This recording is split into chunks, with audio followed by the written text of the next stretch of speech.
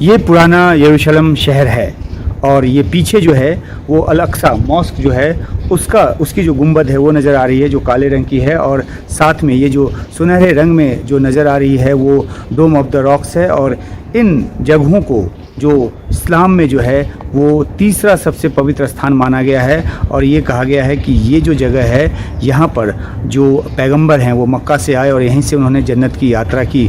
दूसरी तरफ इसको टेंपल माउंट कहा जाता है यहूदियों की तरफ से, और वो मानते हैं कि दुनिया की शुरुआत यहीं हुई और उनके लिए एक सबसे पवित्र जगह है। और इसी बात को लेकर जो यहाँ एक विवाद है वो दशकों पुराना जो विवाद है, जो कि हालांकि इतिहास में जाएँ तो और पीछे तक ये विवाद जाता है, लेकिन 1948 में जब इजराइल बना और उसके बाद जो खींचतान शुरू हुई वो जो है वो आज तक चली आ रही है। 1967 में इस पुराने शहर में जो इजराइल है उसने कब्ज़ा कर लिया। हालांकि जो अल अक्सा मॉस्क है उसको लेकर जो विवाद है वो ज़्यादा गहरा बना रहा। और जो ये यहाँ जो ये बाहरी जो सुरक्षा है या जो बाहरी जो यहाँ व्यवस्था है वो इजराइल की सरकार देखती है। यहाँ मैं आपको दिखा सकता हूँ कि जो इजराइल पुलिस की जो वैन है वो लगी हुई है। तो जो बाहरी सुरक्षा है वो इजराइल के हाथों में है, लेकिन मॉस्क के अंदर जो प्रशासन है, जो एडमिनिस्ट्रेशन है, वो वक्फ बोर्ड देखता है जिस पर कि जॉर्डन का नियंत्रण है। तो ये एक समझौते के तहत स्थिति तक पहुंचा गया। लेकिन अभी जो हालत इस हमास के हमले के बाद जो बनी है उसकी वजह से यहाँ बहुत ज़्यादा भीड़ नज़र नहीं आती। कुछ दिन पहले भी यहाँ पर एक स्टैबिंग की जो फायरिंग की जो वारदात है वो हुई, जिसमें कि 2 घायल हुए, 2 इजरायली घायल हुए। और वो दृश्य सब ने देखा कि किस तरीके से यहाँ पे फायरिंग हुई है। तो एक तनाव का माहौल यहाँ पे लगातार बना रहता है। सुरक्षा की जो एक स्थिति है उसको संभालने की कोशिश हमेशा यहाँ पर रहती है। हालांकि एक इस तरह का सामंजस्य स्थापित यहाँ पर किया गया है कि जो यहूदी हैं वो अपने जो वेस्टर्न वॉल है वहाँ तक आएँ, वहाँ पर उसको शोक की दीवार भी कहते हैं, वहाँ पर आकर वो अपना जो एक शोक जो है वो मनाते हैं। लेकिन जो मॉस्क के अंदर जो नमाज़ पढ़ने की इजाज़त है वो मुसलमानों को नमाज़ पढ़ने की इजाज़त है, लेकिन यहूदियों को प्रार्थना की वहाँ पे इजाज़त नहीं है। और ये इसको लेकर एक खींचतान चलती रहती है। जब इजराइल की जो सेना है या जो पुलिस है, कई बार उन्होंने अंदर दबिश डाला है और वहाँ पे उन्होंने ये कहा कि नमाजियों के भेष में बहुत सारे जो प्रदर्शनकारी हैं वो वहाँ पे छिपे हुए हैं। और इस तरह के रेड्स के बाद जो है इलाके में जो सुरक्षा व्यवस्था है वो ख़राब हुई है, झड़प हुई है, कई बार सैकड़ों की जान भी गई है। तो ये जो खींचतान है इस मॉस्क को लेकर वो लंबे समय से चला आ रहा है और वो उसने इस इलाके की जो शांति है उस पर भी असर डाला है। मैं आपको एक बार छोटे में दिखा दूं कि ये जो वेस्टर्न वॉल है अमूमन यहाँ पे बहुत भीड़ होती है, लेकिन आज क्योंकि एक तो शनिवार का दिन है और दूसरा ये कि सबात जो पवित्र दिन है उस वजह से ज़्यादातर जो यहूदी हैं वो अपने घरों में हैं और वो बाहर नहीं निकले हैं, इसलिए भी सड़कें यहाँ पर सूनी हैं। जो यहाँ पे गाड़ियों की तादाद जो है वो कम है। लेकिन जो ये स्थिति यहाँ पर जो बनी है, अभी भी हमने देखा कुछ दिन पहले कि यहाँ पे किस तरह से जो प्रदर्शन हैं वो हुए हैं।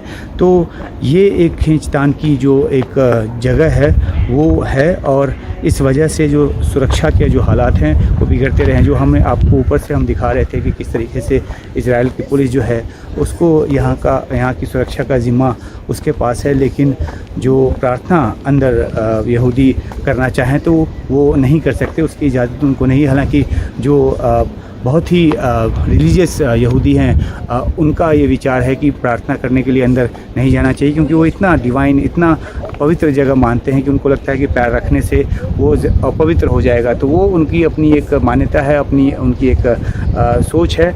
लेकिन जो विवाद का जो जगह है वो ये यहाँ पर है। और ये मॉस्क में जाने का जो रास्ता है वो देखिए अराफात अज़ारात इजराइल प्लाज़ा, और यहाँ से जो मुसलमानों को अंदर जाने की इजाज़त है। और हमें ये बताया गया कि जब वो जाते हैं तो उसके बाद वहाँ से जो आपको एक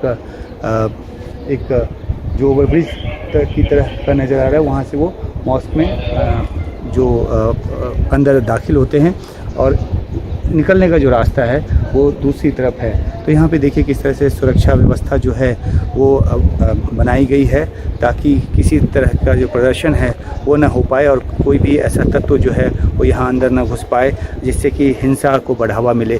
तो ये एक स्थिति यहाँ की है और ये स्थिति जो है वो लंबी चलने की आशंका है, क्योंकि हमास के आतंकी हमले के बाद जो स्थिति बनी है और जिस तरीके से इजराइल जो है एक जवाबी कार्रवाई की तैयारी में है। हवाई हमले तो लगातार कर ही रहा है, लेकिन जो ग्राउंड एक ऑपरेशन की गाजा में तैयारी की जा रही है अंदर घुसने की, गाजा के अंदर जाकर वहाँ से जो हमास की जो मिलिट्री कैपेबिलिटी है उसको ख़त्म करने की, तो वो जो तैयारी जिस तरह से चल रही है। और यहाँ क्योंकि इस शहर की जो आबादी है 1 बिलियन से ज़्यादा की आबादी यहाँ पे बताई गई है, और जो अगर जो मुस्लिम और यहूदी का अनुपात देखें तो 60-40 का अनुपात उनकी आबादी का यहाँ पर है।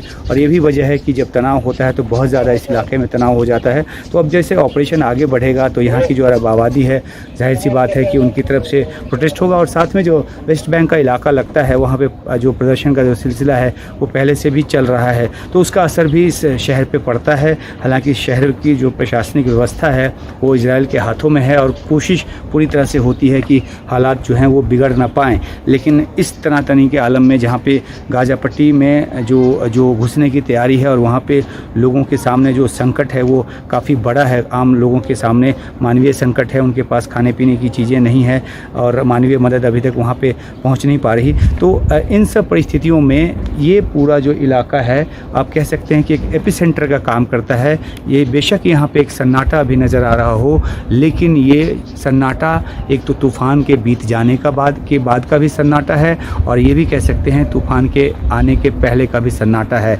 तो इस पूरे शहर की जो सुरक्षा है और पूरे शहर की जो शांति व्यवस्था है वो इस बात पर निर्भर करती है कि किस तरीके से जो तनाव का जो माहौल है उसको सड़कों पे ना आने दिया जाए। और इस बाबत जो है इजराइल की सुरक्षा व्यवस्था लगातार उस तरफ लगी रहती है, लेकिन फिर भी यहाँ पे रह रहकर हालात बिगड़ते रहे हैं। उम्मीद ये की जा रही है कि शांति यहाँ बनी रहेगी, लेकिन कब यहाँ पे क्या हो जाए ये पता नहीं चलता।